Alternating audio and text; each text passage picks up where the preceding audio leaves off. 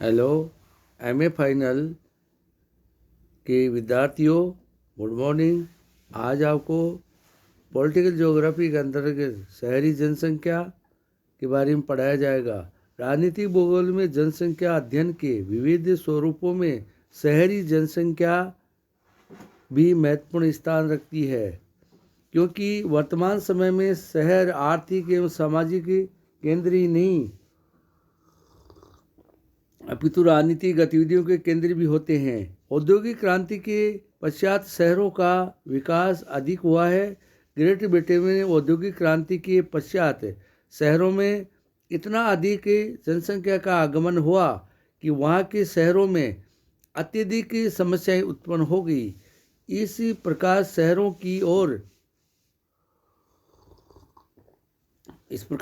की ओर प्रवाह draft to the cities संयुक्त राज्य अमेरिका, सोवियत संघ ने तथा आज विश्व के सभी विकसित तथा विकासशील देशों में देखा जाता है। ग्रेट ब्रिटेन की लगभग आधी जनसंख्या 6 बड़े शहरों में केंद्रित हो गई है। इसी प्रकार सोवियत संघ में क्रांति के पश्चात शहरों की संख्या में अत्यधिक वृद्धि हुई है। यहाँ 1940 से 1966 के मध्य शहरी जनसंख्या में 6 करोड़ की वृद्धि हुई और यहाँ आज 168 शहर 1 लाख से अधिक जनसंख्या रखने वाले हैं। शहरों की संख्या वृद्धि का अनुमान इस तथ्य से लगाया जा सकता है कि 1935 में 10 लाख जनसंख्या वाले शहरों की कुल संख्या 56 थी, यानी मिलियन सिटीज़ की 56 थी, जबकि आज इसकी जनसंख्या 100 से भी अधिक है।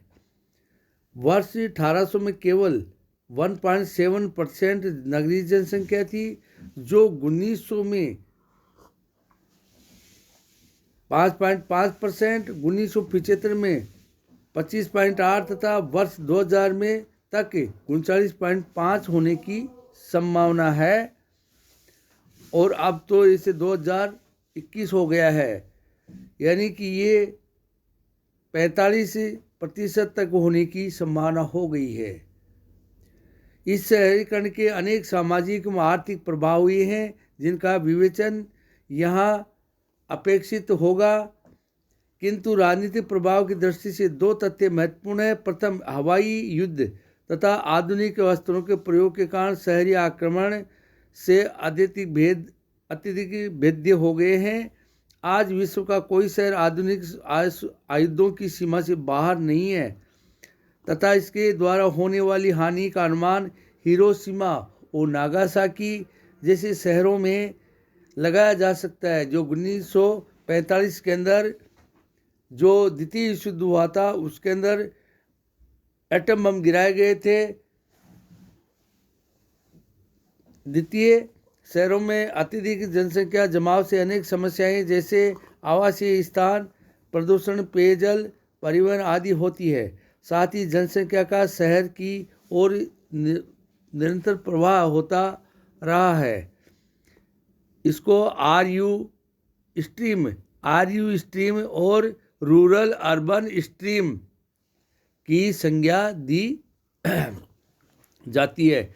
इसी कारण शहर राजनीतिक गतिविधियों के केंद्र हो जाते हैं। अतः इनको राज्य के लिए नए सेंटर की संज्ञा दी जाती है। द्वितीय महायुद्ध के समय लंदन, बर्लिन, वारसा, बेलग्रेड आदि अनेक शहरों पर हवाई आक्रमण इसी कारण किए गए थे, जिससे अधिक हानि के साथ साथ मनोवैज्ञानिक प्रभाव भी हो सके। यही प्रक्रिया आज भी प्रत्येक राष्ट्र में दृष्टिगोचर होती है। शहरों का प्रशासकीय महत्व भी अत्यधिक होता है। शहर ही देश अथवा प्रांत की राजधानी बनाए जाते हैं। राजधानी राज्य के जीवन में प्राण के समान है, जिसका पतन राज्य का पतन माना जाता है। राजधानियों का होना अत्यधिक एक अच्छा संकेत है। अगर राजधानी का पतन होता है तो देश का पतन हो जाता है। जनाधिक्य की समस्या। वर्तमान विश्व की सबसे भयंकर चिंतनीय समस्या जनाधिक्य की है। जनसंख्या का सीमित क्षेत्रों में अत्यधिक जमा होना और निरंतर वृद्धि होने के कारण इसका स्वरूप विस्फोटक होता जा रहा है। ये विश्व शांति के लिए सबसे बड़ा खतरा है।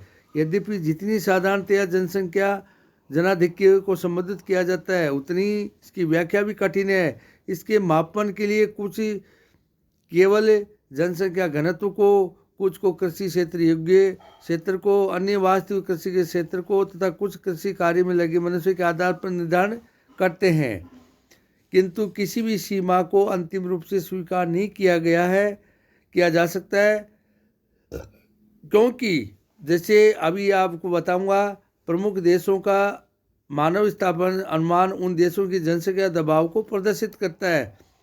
जैसा कि हांगकांग, देश का नाम है हांगकांग है, कृषिगत प्रति वर्ग किलोमीटर जनसंख्या है 62,675 है। वहीं चीन की है कृषिगत प्रति वर्ग किलोमीटर जनसंख्या पर है 309।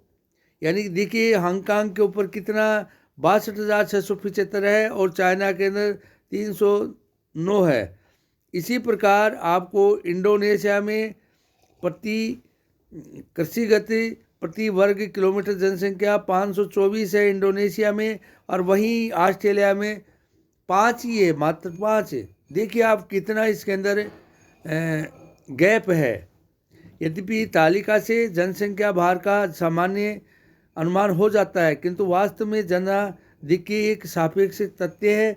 यदि प्राकृतिक साधनों की तुलना में जनसंख्या अधिक है तो रोजगार की सुविधाएं कम हो जाती हैं, औद्योगिक उत्पादन में कमी होने लगती है, विदेशी व्यापार तथा कृषि उत्पादन में कमी होती है, जिससे जीवन स्तर गिरता है। फलस्वरूप जनसंख्या को पूर्ण पोषण भोजन नहीं मिलता और राष्ट्रीय शक्ति क्षीण होती जाती है। जनसंख्या मात्र अधिक जनसंख्या घनत्व नहीं, अपितु उसके तात्पर्य राज्य तथा संपन्न वहाँ क्षमता से अधिक जनसंख्या निवास करती है। आर्थिक क्षमता कृषि एवं औद्योगिक क्षेत्रों की भिन्न होती है।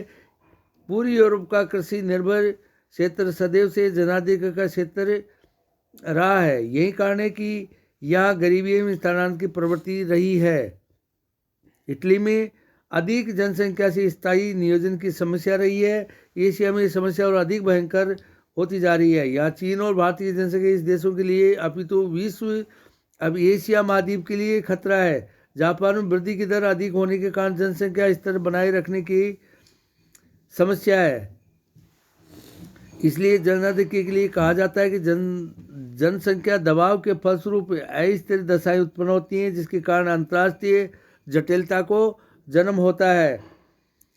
आज विश्व के सम्मुख एक सबसे बड़ी चुनौती है, क्योंकि यदि जनसंख्या में इसी गति से वृद्धि होती गई और इसे पर्याप्त भोजन की उपलब्ध नहीं हुआ तो केवल देश की नहीं अपितु पूरे विश्व के लिए खतरा है। आज विश्व का प्रत्येक देश जनसंख्या की समस्या के प्रति सजग है। अनेक राज्य नियम बनाकर परिवार नियोजन से बाहर से आने वालों व्यक्तियों पर रोक लगाकर नए साधनों की खोज एवं साधनों के नियोजन उपयोग आदि समस्या को निराकरण के प्रयत्न करते के लिए तत्पर है। जनसंख्या के संदर्भ में परिवर्तित शक्ति संतुलन। राज्य के लिए जनसंख्या एक शक्ति स्रोत है। मानव शक्ति के अनेक स्वरूप होते हैं। प्रथम शारीरिक शक्ति, जिसका उपयोग आर्थिक उत्पादों में तथा सैनिक शक्ति के रूप में होता है। द्वितीय ज्ञान स्तर के रूप में अर्थात शैक्षणिक, वैज्ञानिक आदि, जिसे प्राचीन तथा वर्तमान दशाओं का अध्ययन कर नवीन साधनों के उपयोग का ज्ञान होता है। राज्य का आंतरिक प्रशासन तथा अंतर्राष्ट्रीय इन्हीं लोगों द्वारा नियंत्रित करता है। तृतीय मानव शक्ति का दार्शनिक स्वरूप, जिसके द्वारा राष्ट्रीय भावना का विकास होता है। उपयुक्त तीनों स्वरूप विश्व के प्रत्येक देश में भिन्न भिन्न होते हैं। ये दशाएं राज्य की राजनीतिक शक्ति को प्रभावित करती हैं। राज्य की उत्पादन क्षमता पूर्ण रूप से मानव शक्ति पर निर्भर करती है। विकासशील तथा ज्ञान युक्त जनसंख्या के अभाव में राज्य के साधनों का उपयोग नहीं होता या अन्य देशों के द्वारा होता है। यदि जनसंख्या और आर्थिक साधनों में संतुलित सामंजस्य है तो वह राष्ट्र अवश्य ही विश्व में अपना स्थान बना लेगा। ऐसा उपयुक्त इस अध्ययन से भलीभांति समझ में आ जाता है। धन्यवाद।